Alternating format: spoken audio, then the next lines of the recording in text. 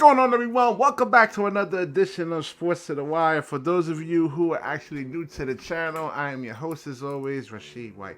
Let's get right into it. So a couple of things we're going to definitely cover tonight. One, Kyrie Irving actually being an all-star. Should he actually be an all-star? And to me, he better be an all-star, especially the list that they actually have up. If you're going to go with the best teams in the NBA in terms of two pairs, the best two duos, Kyrie Irving actually better be on that list. And then we're going to get into the whole Milwaukee Bucks situation and the Brooklyn Nets game tonight. And I try to tell you guys that, listen, we don't need a big man. You know, Brook Lopez was pummeling us, and it really didn't even matter because it's 2-pointers versus the Brooklyn Nets 3-pointers. But we'll get back into that in like 2 or 3 minutes though. So Kyrie Irving actually being an all-star. Yes, he should actually be an all-star. You actually see what he did tonight in terms of actually icing the game, putting the nail in the coffin there, and hammering the Milwaukee Bucks 6 feet deep. He's defending. I love what he's actually doing. He's fighting over screens. He's passing the ball. He's moving the ball. He's been a great leader. I don't want to hear nothing about no what do you call it? The book and the movie that he just put on his page and didn't promote, in the media made a whole big nonsense about. I don't want to hear about none of that nonsense. This is about basketball.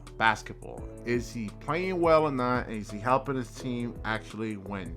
And the two answers for that is yes, yes, yes, and yes. I can't take a lot of these guys seriously because the fact that you leave this guy off the top 75 players list in NBA history while actually winning a championship, and then putting Russell Westbrook in there, I can't take these guys on ESPN and a lot of these guys very seriously. So another one that we can't actually take seriously is Colin Cowherd. Well, where I think yesterday he was trashing my Brooklyn Nets and saying, "Oh, well, they didn't beat anybody big, and these are teams with losing records." And I'm like, let's listen to what Colin Cowherd actually has to say. But hold on. First, let me get into the list here. I forgot all about this, man. I'm sorry. I want to get into the list of who they actually have as the actual all-star here. And let's see. All right. So here it goes right here. So you got Darius Garland, DeMar DeRozan, Donovan Mitchell. Yeah, he should make it. Giannis, definitely. Jalen Brunson. Yeah, I guess he's been, really leading the Knicks to, well, they lost a couple of games though, but in terms of like, what they were like 9 games in a row. So Jalen Brunson is definitely the head of the snake for that team. But it's right over here. Drew Holiday, are you serious? I mean, come on. He's not better than no damn Kyrie Irving over here, man. Give me a break, man. I mean, seriously, just give me a damn break. So definitely Tyrese Halliburton.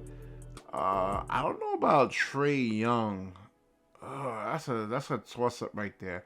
But of course, I mean, there's a whole bunch of biases. This is why I can't take these guys seriously.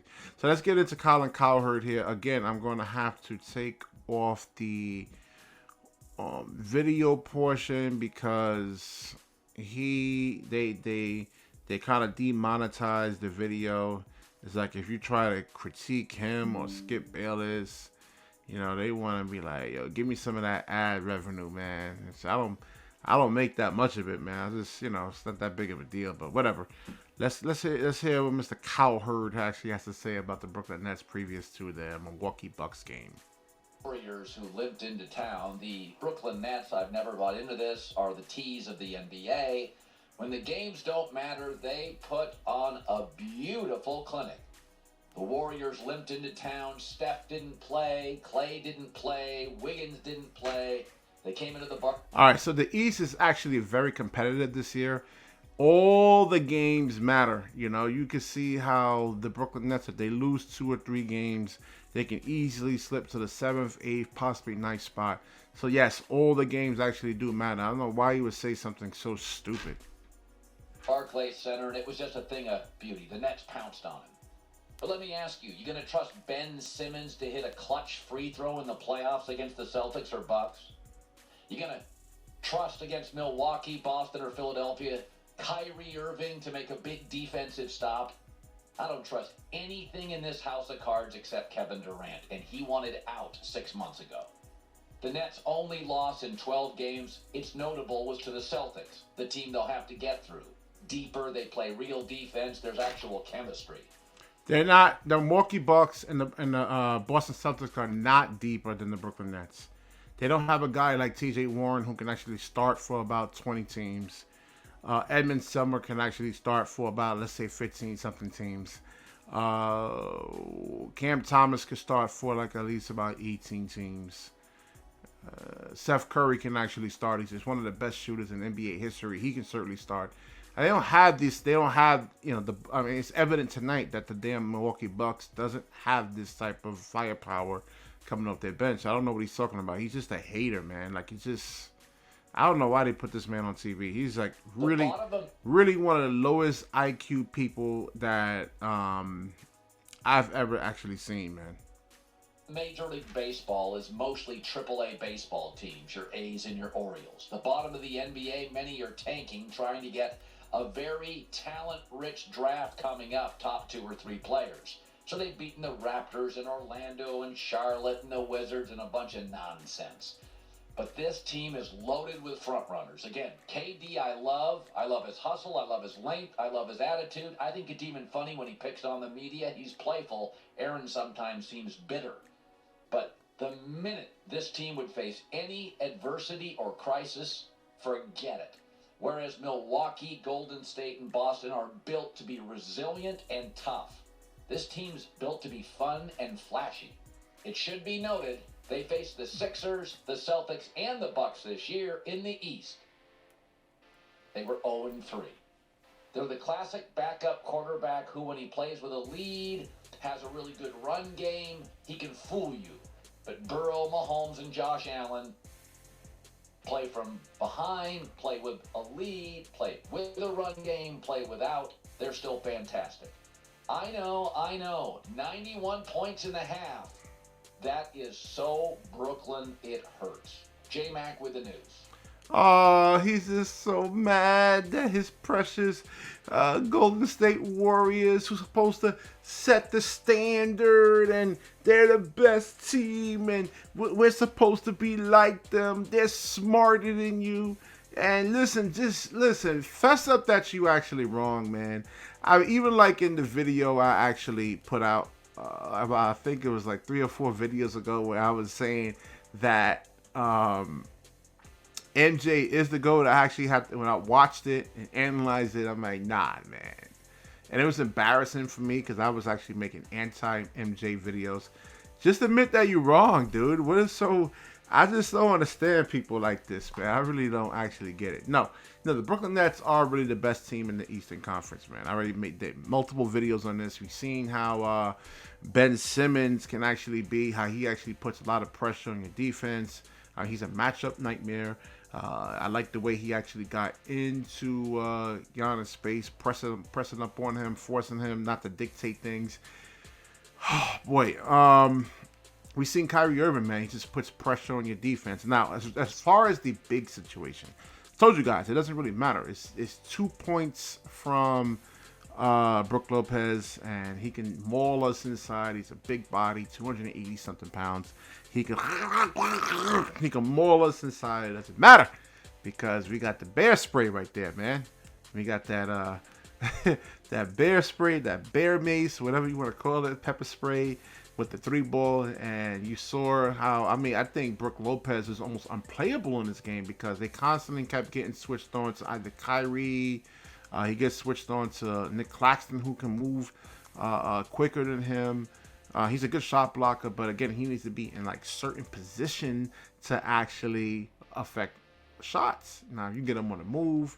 Yeah, he's not really great laterally, although he did get better. So, I mean, Drew Holiday tried. I mean, against Kevin Durant, that's just the matchup problem, and that's what I'm saying with Kevin Durant. With Drew Holiday having to try to stop KD, it actually limits his offense in a sense, though, because trying to guard Kevin Durant is really a hard task, man. Not really the most easiest thing to do in the world. The role players actually came out really well. And I told you about Edmund Summer. He was great. I love the way he actually plays. He just, no playing around with the basketball, 2-3 dribbles at the rim. And also in terms of his defense, I mean, he's really, really disruptive. You saw how you can't play around with him if he's guarding you, man. You need to make a move. And you cannot let his defense actually get set because, he's really, really got active hands. I like him and the TJ Warren combination right there. I mean, he can actually guard. Steph Curry surprisingly was actually playing really good defense. Kyrie was playing out of his mind.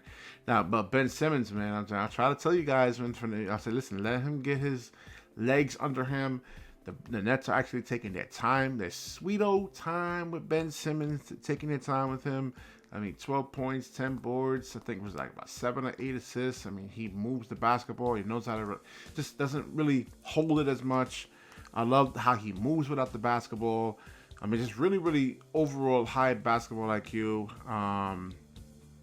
And he's really, really kind of, like I said, really disruptive with those hands. And he's 7 feet. Like I said, I just call it the defensive three-headed dragon in terms of like Claxton, Simmons, and Kevin Durant. They can actually really, really guard.